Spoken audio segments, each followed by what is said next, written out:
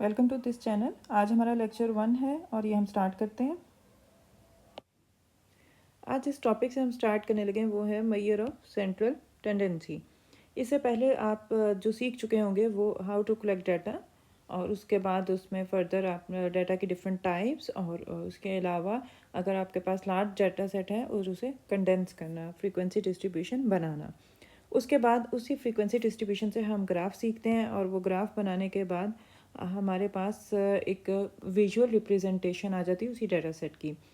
तो हमारे पास जो इन्फॉर्मेशन आती है डाटा सेट कलेक्ट करने के बाद उसको फ्रीक्वेंसी डिस्ट्रीब्यूशन में कन्वर्ट करना और विजुअल प्रेजेंटेशन वो इनफ नहीं है।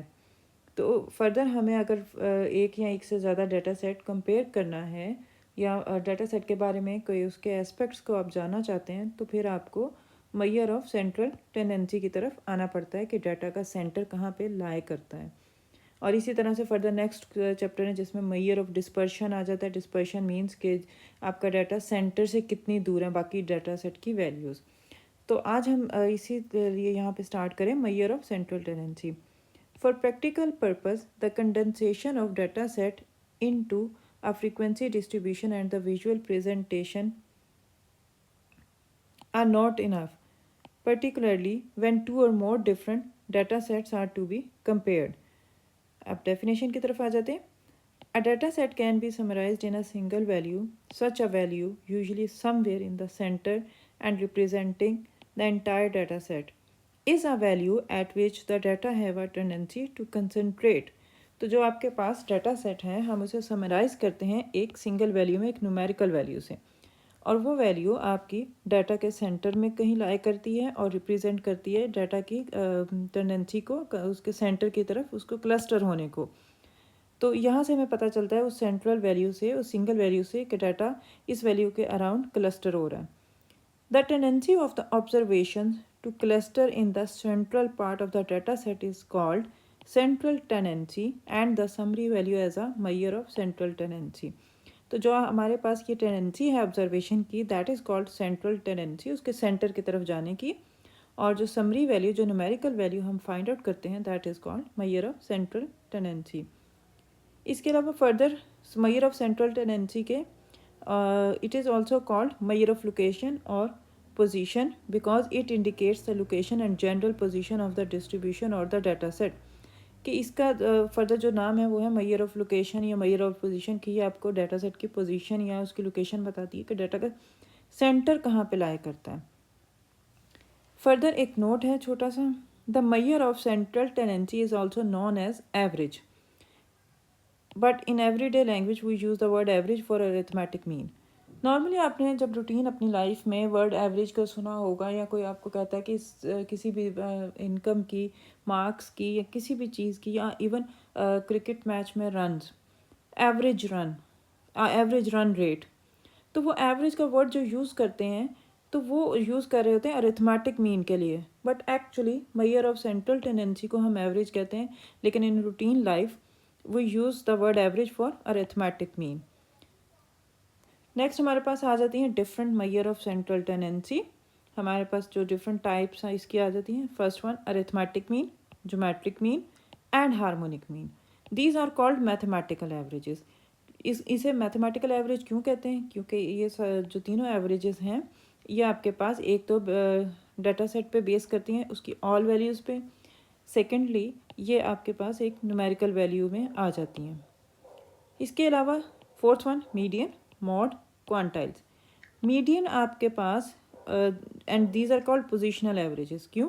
क्योंकि मीडियन जो है वो डाटा सेट को डिवाइड करता है इनटू टू इक्वल पार्ट्स। तो इस ये ओपन एंड मीडियन, मॉड या क्वांटाइल्स जो हैं ये हम फाइंड आउट कर सकते हैं ओपन एंड क्लासेस के लिए। ओपन एंड क्लासेस क्या होती हैं? जिसमें आपके पास जो फर्स्ट क्लास या एंड वाली क्लास जो कंप्लीट ना हो, लेकिन जो अरिथमेटिक मीन, ज्योमेट्रिक मीन और हार्मोनिक मीन है ये ओपन एंड क्लासेस के लिए कैलकुलेट नहीं होती। सो मीडियन जो है डाटा सेट को टू पार्ट्स में, इक्वल टू पार्ट्स में डिवाइड करता है। मॉड आपके पास मॉड आपको बताता है जो मोस्ट फ्रीक्वेंट वैल्यू है। क्वांटाइल्स में फर्दर आपके पास आ जाते हैं क्वार्टाइल, डिसाइल एंड परसेंटाइल। जैसे मीडियन 2 पार्ट्स में डिवाइड करता है, क्वार्टाइल 4 में, डिसाइल 10 में, परसेंटाइल 100 पार्ट्स में। That's why these are called positional averages. इसके बाद नेक्स्ट हमारे पास आ जाता है ये एवरेजेस, तो हम फाइंड आउट कर लेंगे। अब जैसे आप ये देख रहे हैं कि अरिथमेटिक मीन भी है, ज्योमेट्रिक मीन, हार्मोनिक मीन, तो इसमें से बेस्ट वन कौन सा होगा। तो उसके लिए फर्दर हम ये डिस्कस करते हैं properties of a good major of central tendency के, इसमें से बेस्ट वन कौन सा है। First property, based on all observations of a set of values, आप जो कैलकुलेट करें एवरेज या मीन, वो आपका सारी ऑब्जर्वेशन पे बेस करता हो।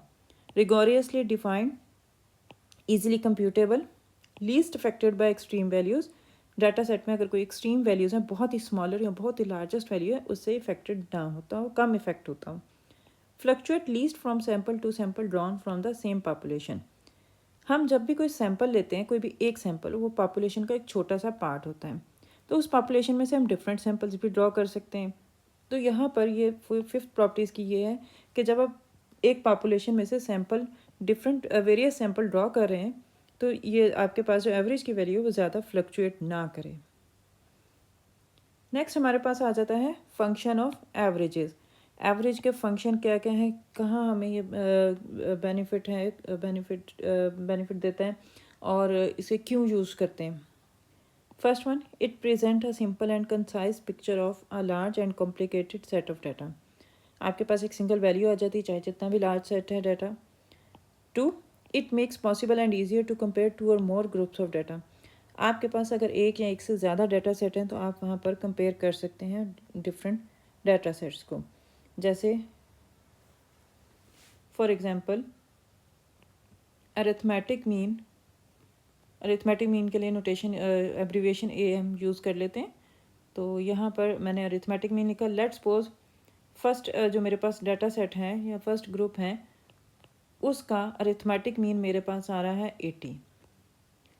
फिर मेरे पास सेकंड डाटा सेट है, उसका अरिथमेटिक मीन 65।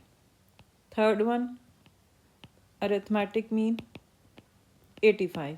अब यहाँ पर आपके पास लेट्स सपोज ये 3 डिफरेंट डाटा सेट्स हैं, तो आप इनको आपस में कंपेयर कर सकते हैं कि किसकी एवरेज ज़्यादा अच्छी है, अगर आप उसको देख रहे हैं कि एवरेज मार्क्स हैं या एवरेज इनकम है, इस सेंस में।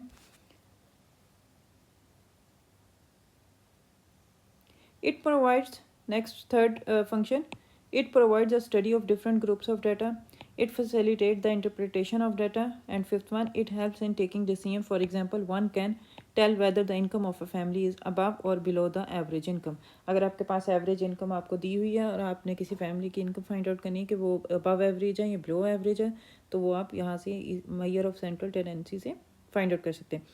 नेक्स्ट हमारे पास आ जाता है लिमिटेशन। लिमिटेशंस क्या होती हैं, disadvantages, drawbacks. First one, a mean represents a group as a whole not an individual. तो आपके पास अगर डाटा सेट की डिफरेंट वैल्यूज़ दी हुई हैं, तो जो मीन आप फाइंड आउट कर रहे हैं वो उस ग्रुप को एज अ होल रिप्रेजेंट कर रहा है, किसी एक इंडिविजुअल को नहीं कर रहा। जैसे हम एवरेज मार्क्स की बात करें, क्लास में हर तरह का स्टूडेंट होता है, कुछ के मार्क्स बहुत अच्छे होते हैं, कुछ के बहुत कम होते हैं, और कुछ के मिडल में होते हैं। तो यहाँ पर जो आपके पास मीन आप फाइंड आउट करेंगे, वो उस ग्रुप को एज अ होल शो करेगा आपको। जो स्मॉलेस्ट जिसके मार्क्स हैं या लार्जेस्ट मार्क्स हैं, उस एक इंडिविजुअल को नहीं शो करेगा, पूरे ग्रुप को रिप्रेजेंट कर रहा है। Second, often an average is a value which does not exist in the set of data.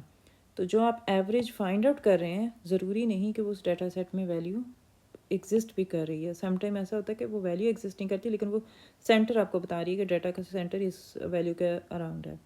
Third one, sometimes an average gives a value which is not feasible. For example, average size of a family is 3.62। तो अगर आप average find out करें और आपके पास ये value आ गई, तो आपको पता है कि फैमिली का साइज़ जो है वो होल नंबर्स में हो सकता है, फ्रैक्शन में नहीं होता। तो यहाँ पर हम इसका सोल्यूशन तो कर लेते हैं राउंड ऑफ करके, लेकिन एक्जैक्टली जो वैल्यू आ रही है एवरेज से, वो हमारे पास ये आ रही है। तो ये इसका एक ड्रॉबैक है। तो अब हमारे पास आ जाता है हमारा first measure of central tendency, arithmetic mean, first average, जिसके लिए हम वर्ड एवरेज भी यूज़ करते हैं। द अरिथमेटिक मीन और simply the mean is the most familiar average. It is defined as the value obtained by dividing the sum of all the observation by their number। तो हमारे पास जो mean का formula आ रहा है, वो आ रहा है sum of observations divided by number of observations. तो ये हमारे पास मीन का वैल्यू फार्मूला आ जाता है। If the given set of observation represent a population, the mean is called population mean. अगर आपके पास जो डाटा सेट दिया हुआ है वो पॉपुलेशन को रिप्रेजेंट कर रहा है या पॉपुलेशन डाटा है, तो आपके पास जो मीन आएगा that is called population mean and is denoted by mu. Mu आपके पास ग्रीक लेटर है। और जो सैम्पल के लिए आपको ये बात शायद पहले आपने पढ़ी हो कि पॉपुलेशन पैरामीटर्स को ग्रीक लेटर से डिनोट किया जाता है और सैम्पल स्टैटिस्टिक को लैटिन लेटर से। Let's suppose the population mean of a set of capital N observation x1 x2 and so on xn is given as। आपके पास पॉपुलेशन ऑब्जर्वेशन दी हुई है, total number of values in a population is denoted by capital N, और जो आपके पास दिया हुआ है data x1 x2 and so on xn। आपने इसका अरिथमेटिक मीन फाइंड आउट करना है, तो हमारे पास क्या आ जाएगा, mu is equal to x1 plus x2 plus so on plus xn divided by capital N। तो यहाँ से आप aware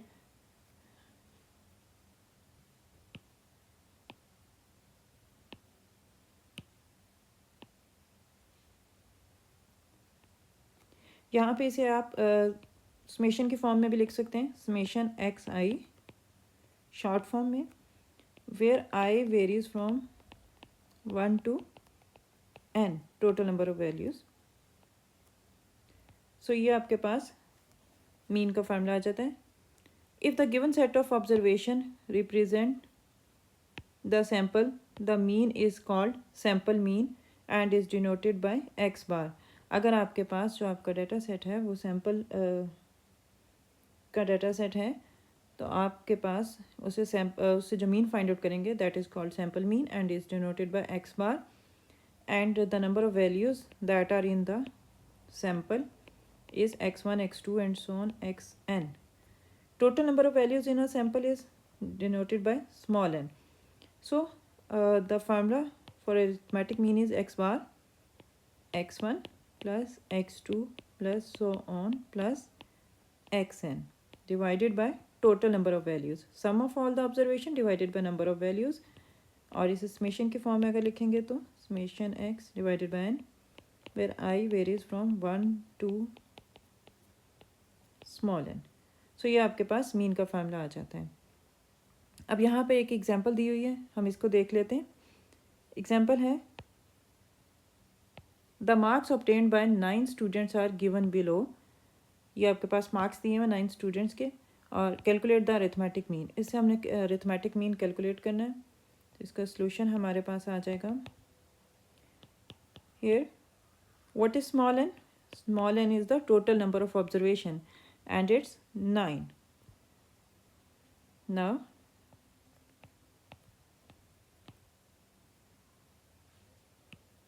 arithmetic mean find out करना है।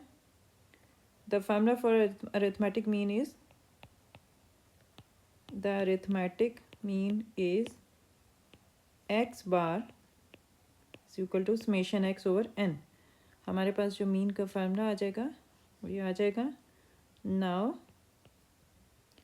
We will sum up all the values, 45 plus 32 plus 37 plus 46 plus 39 plus 36 plus 41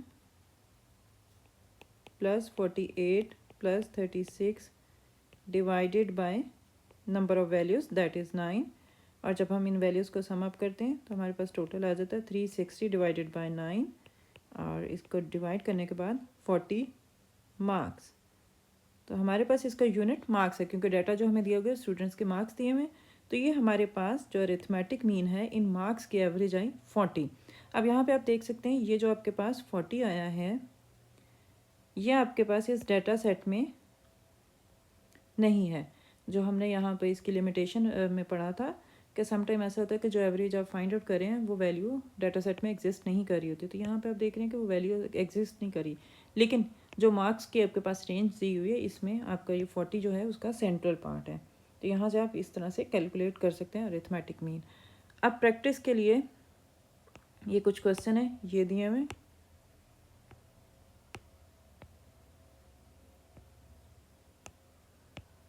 तो यहाँ पर आपने ये प्रैक्टिस क्वेश्चंस हैं नंबर 1 एंड नंबर 2। अगर आप चाहें तो ये क्वेश्चन आप कर सकते हैं। मैं यहाँ पर इसको कर देती हूँ ताकि आप इसका स्क्रीनशॉट ले लें, और ये 2 क्वेश्चंस आपके पास जो दिए हुए हैं इन्हें एज अ प्रैक्टिस आप सॉल्व करें, तो आपको मीन का फार्मूला वो याद हो जाएगा। इसके अलावा बाकी भी मैं आपके सामने अब कर देती हूँ ताकि आप इनका स्क्रीनशॉट लेकर आप अपने नोट्स बना सकें।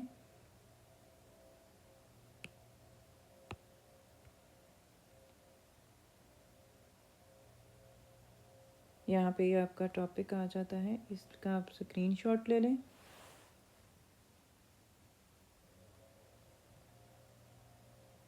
और इससे आप अपने नोट्स तैयार कर सकते हैं और रिवाइज करने में भी हेल्प हो जाएगी आपको।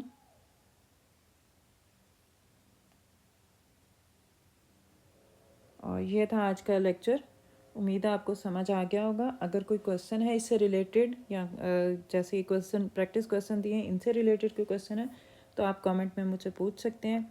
और अगर आपको लेक्चर हेल्पफुल लगा है या वीडियो पसंद आई है तो आप लाइक इसे करें, शेयर करें और चैनल को सब्सक्राइब करें। और फर्दर नेक्स्ट जो लेक्चर है उसमें फिर हम इसके फर्दर क्वेश्चन या इसका नेक्स्ट टॉपिक देखेंगे, उसमें डिस्कस करेंगे इसकी प्रॉपर्टीज़ अरिथमेटिक मीन की। तो आज का टॉपिक यहीं पे कंप्लीट होता है। अल्लाह हाफिज़।